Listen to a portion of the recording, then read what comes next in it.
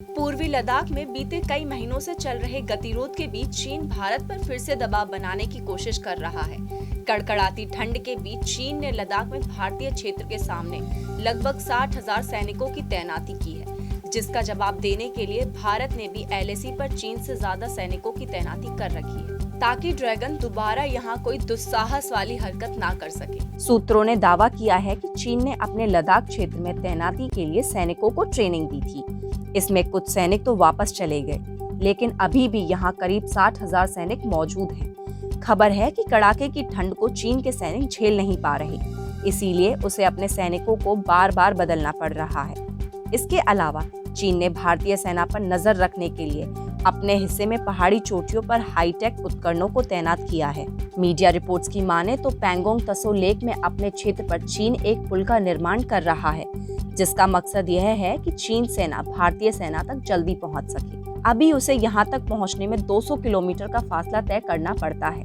Bridge बन जाने के बाद यह दूरी घटकर 40 से 50 किलोमीटर रह जाएगी। चीन यह पुल अपने खुरनाक इलाके में बना रहा है।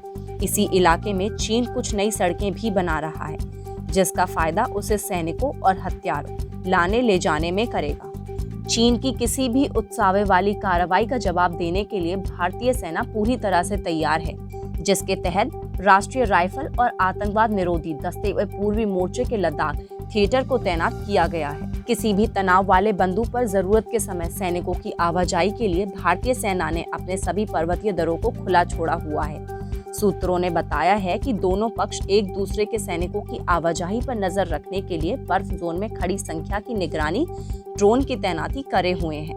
भारत ने चीन से निपटने के लिए सीमा पर पुलों, सड़कों, रेल लाइनों और सुरंगों का जाल बिछा दिया है।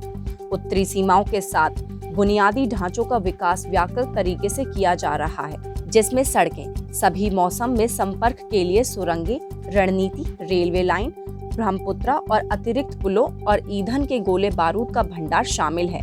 इसके अलावा दोहरे उपयोग वाले बुनियादी ढांचे की पहचान करने के लिए भी बड़े प्रयास किए गए हैं। वहीं एलएसी पर गतिरोध के मुद्दों में सुलझाने के लिए दोनों देशों की सेनाएं विभिन्न स्तर पर बातचीत करने में लगी हुई हैं। कई स्थानों पर दोनों देशों ने अपनी सेनाओं को पीछे हटा लिया है, लेकिन जिन स्थानों पर लेकर विवाद है, उन क्षेत्रों पर दोनों के सैनिकों की संख्या जस की तस बनी हुई है। क्षेत्रीय अखंडता सुनिश्चित करने के लिए भारत के सैनिक चीनी सैनिकों के साथ हटकर और शांतिपूर्वक तरीके से व्यवहार करने भी जारी रखे हुए हैं। खबरों का सिलसिला जारी रहेगा। देखते रहिए जनप्रवाद। नमस्कार।